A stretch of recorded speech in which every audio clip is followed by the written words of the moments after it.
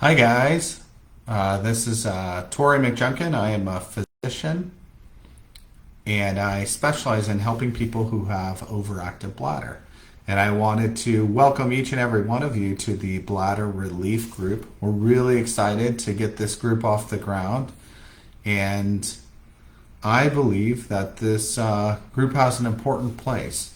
And so we've talked a lot about this, about how to make this really meaningful for people, how to, that all of our interaction together, how we can learn from each other.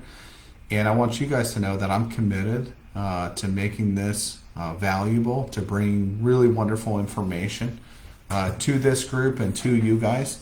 And I wanted to cover just a few things here today, and I think you'll really enjoy them.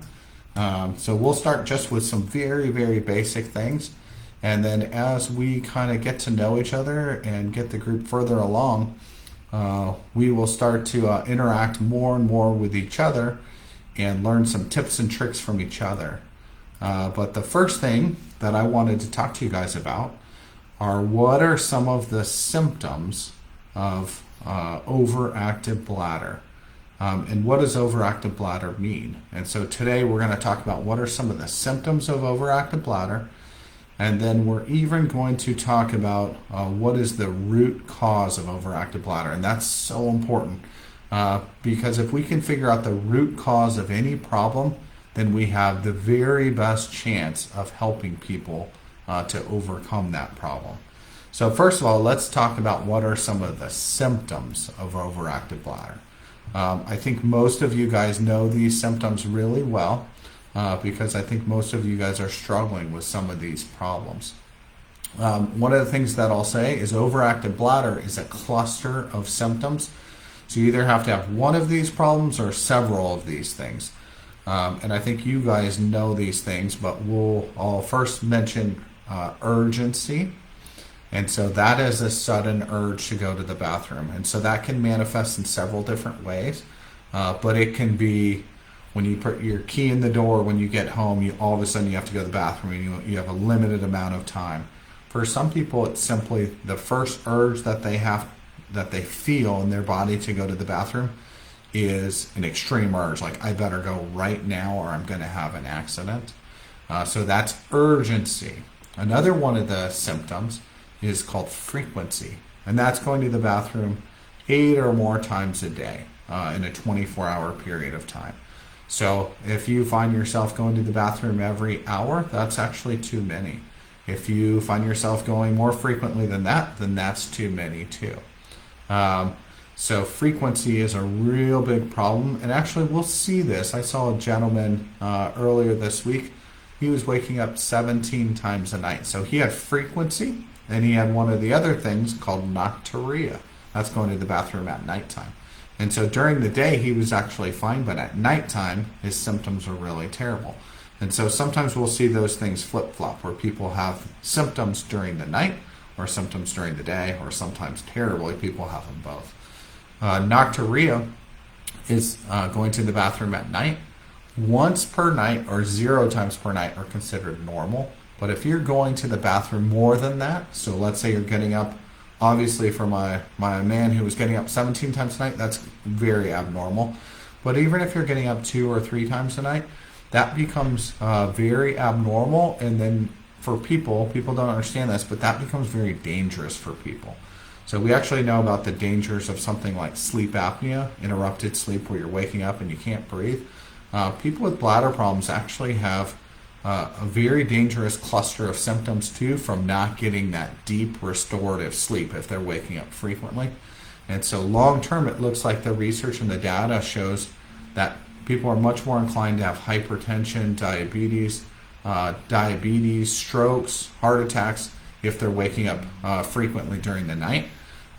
So not only is that a massive inconvenience, but that's actually a really risky and terrible health problem.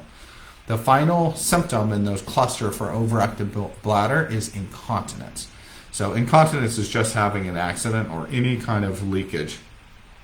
So if you have any of those things, or if you have several of those things, we would call that overactive bladder. And so why does this matter?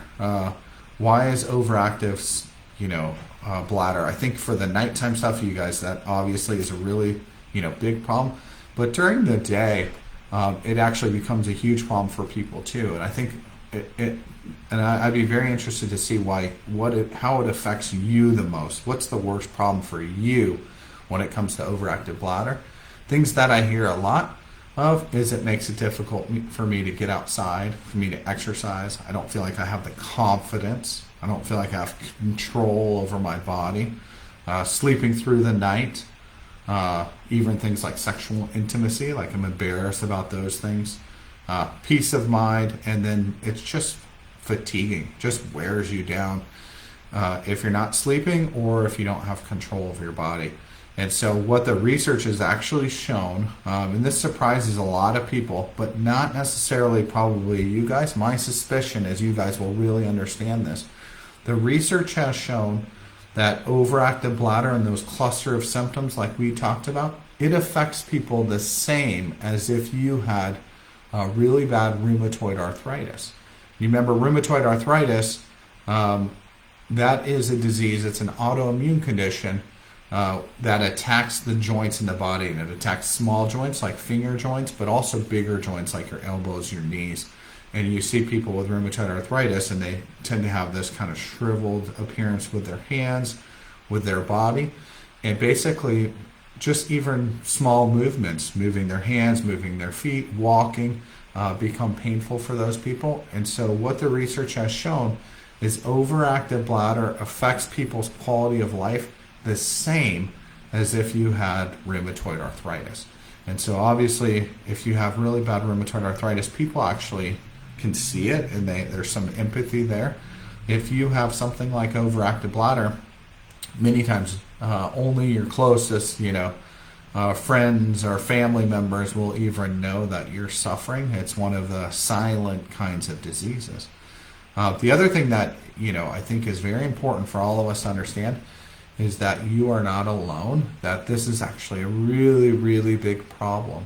And it looks like bladder problems generally affect about 1 in 3 adults, or over 50 million people in America. So it's a really, really big problem. And I'm just going to touch very briefly, because I think you guys will find this interesting. There are 2 kinds of incontinence. Remember we said that's one of the cluster of symptoms. There's 2 kinds of incontinence. One is called stress incontinence. And that is if you laugh, cough, or sneeze, and you have a little bit of leakage. That's extremely common. That's almost exclusively women. That is a muscle or a tissue issue. Remember we said we're going to talk about the root cause. That's the root cause. It's the muscle or tissue has become weak over time. And oftentimes that's from hormonal changes that women have with their monthly cycles, with menopause, and then with having babies as well. The other kind of incontinence is actually more common. That's overactive bladder. That's what we've been talking about. I'm going to tell you the root cause for that is a nerve issue. The nerves between your bladder and your brain aren't functioning the way that they used to. You don't have that proper, we call it a feedback loop in medicine, but you don't have the back and forth information. And so these people oftentimes, even going from a sitting to a standing position, you can have some leakage, and it's that connection is not really working appropriately. And so the nerves are affected. And for a lot of people, we call it mixed when you have a little bit of both. You have a little bit of the laugh, cough, or sneeze, and a little bit of the nerve issue. And like I said, it's so important for us to understand that the main problem is a nerve problem. And the reason is because we're going to talk, as we get further along, we're going to talk about how do we treat this underlying nerve problem. And there are actually some very, very good solutions, and we'll talk about those. And there are some other things that are not really great solutions that actually have a lot of problems. I just want to give you guys just a few tips today before we get off. And so my tips for nerve health. And so I will quickly mention those. But tips for nerve health. And let me just mention this first. People often ask, well, why are the nerves damaged? How could my nerves actually get damaged? And so I'll say a few things. One is these nerves, the nerve connections with your bladder are extremely sensitive. So these nerves are very prone to being damaged. And so they're some of the easiest nerves to get damaged in the body. And so you might ask, why are these nerves damaged? Well, there's a lot of different reasons, but one of them is environmental. So, and I guess a lot of this isn't your fault. So, environmental is what we drink, what we eat, processed foods, all those things, toxins that we take in, the air we breathe, all those things can affect the nerves. And over time, usually we tend to see these issues as people age, but over time, those nerves can really be damaged. The other issue is you might have some other health concerns or health issues that are affecting those nerves. So, for instance, diabetes or high blood sugar, we know that that damages nerves. Those high sugars actually go, another thing is called neuropathy, where those nerves get damaged, but they can damage the same nerves as the bladder. People who have chronic pain issues, same kind of thing. We know that the nerves are prone to being damaged, and oftentimes they'll have a bladder issue too. People with a thyroid problem, that's extremely common. Those people are prone to damage too of these nerves. And then B vitamins, we know support. And so some people with a B vitamin deficiency. So things you can do. I'm going to end with this. I'm going to try and get my hustle on here. But things that you can do. One is you can be really careful about what you're eating and drinking. So you can control some of those things. There has been some research on stuff like the ketogenic diet, which is basically just a very low sugar diet. That actually supporting nerves and supporting people with overactive bladder. So that's something that I encourage people to at least research and look into. B vitamin supplementation. The brand that I use is called Thorne, Thorne. You can buy it on Amazon. It's a B complex. And that is very supportive for your nerves. Exercise is something that supports the nerves and the muscles, so it supports all of those tissues. So even, there are things like Kegel exercise, just strengthening those pelvic floor muscles, but also just general exercise that can be very beneficial for you. Those would be my three kind of recommendations, and I'm really looking forward to this group. I'm looking forward to getting to know you guys and getting that feedback. So if you guys have information that has helped you, if you guys have things that have made a big difference for you, I'd love to hear about it. Next time we're going to talk about, so today we talked about what overactive bladder is, what the root cause is. Next time we're going to talk about some of the solutions that you'll see in medicine and how well those solutions actually work. So I'm going to sign off, but God bless you guys. You guys have a wonderful rest of the week, and thank you so much.